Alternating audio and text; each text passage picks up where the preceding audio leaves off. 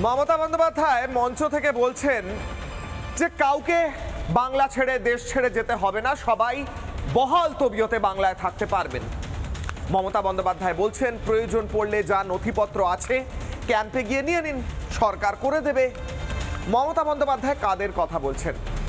কাউকে দেশ ছেড়ে পালাতে হবে কেন যদি সে এদেশের নাগরিক হন, আর যদি সে এদেশের নাগরিক না হন তাহলে তাকে অবশ্যই অবশ্যই অবশ্যই যেতে হবে এই দেশ ছেড়ে।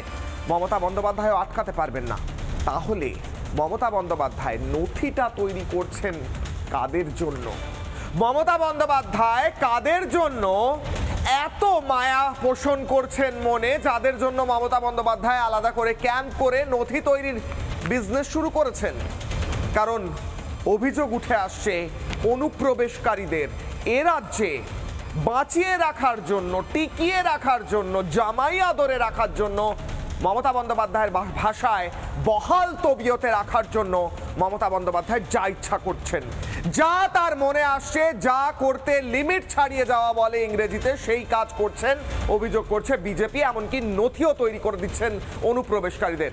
অন্যদিকে মমতা বন্দ্যোপাধ্যায় বলছেন বিএসএফ দেখলে সাধারণ মানুষ যেন তেড়ে যান। আসলে দেশের সংবিধান, দেশের আইন এবং দেশের নাগরিকদের বিরুদ্ধে যুদ্ধ ঘোষণা করেছেন এক প্রকার মৌলিকভাবে, থিওরিটিক্যালি মমতা বন্দ্যোপাধ্যায় শুধুমাত্র নিজের অনুপ্রবেশকারী ভোট ব্যাংক বাঁচিয়ে রাখতে। বিশেষ প্রতিবেদন, তারপর হাই ভোল্টেজ ডিবেট দেখুন। বাংলাকে ভুলে যাও, এসআইআর সামনে, পেছনে এনআরসি মানি না, মানবো না। এটা ভালো হচ্ছে? হ্যাঁ 100% ভালো হচ্ছেই তো। ভালো হচ্ছে? হ্যাঁ ভালো হচ্ছে। শুধু মিথ্যে। আর এখন এসআইআর নামে ভোটবন্দি, মারা যায়নি, মৃত দেখানো হচ্ছে। অমরেন্দ্র বাবুরই নাম? বাবার নামটা। আচ্ছা, ভোটার লিস্ট উনি কতদিন আগে মারা গিয়েছেন? 3 বছর হয়ে গেছে। থেকে আর মানে ভোটার সংশোধনের জন্য আপনাদের কাছে আসেনি বিএলওরা?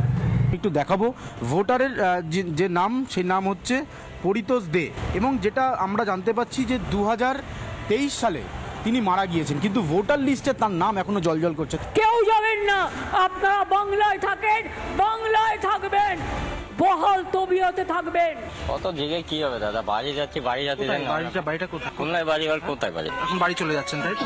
কেন যাচ্ছে? এখানে কাগজের সমস্যা হচ্ছে বলে, তাই তো আপনার ওই থাকবো বলে ডকুমেন্টসগুলো করেছিলাম, কিন্তু এখন তো থাকতে পারছি না, যেহেতু বাপ দাদার আমলের নাম নেই, ওই জন্য এখন বাংলাদেশে ফিরে যাচ্ছি আবার।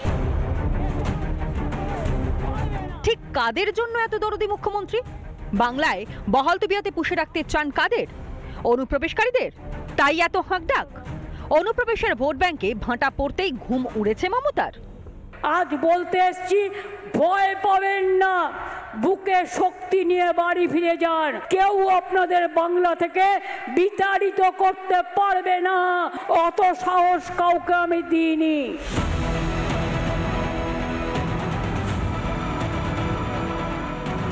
রাজ্য জুড়ে এসআইআর হই হই করে চলছে। এদিকে মমতা বলছেন তিনি নাকি এসআইআর মানেন না, অথচ এই যে হাজার হাজার বিএলও কাজ করছেন সেসব নামের তালিকা তো তাঁর সরকারই পাঠিয়েছে কমিশনকে। তাহলে মঞ্চে মঞ্চে এই হাঁকডাকের কারণ কি? মানুষকে খেপিয়ে দেবার চেষ্টা?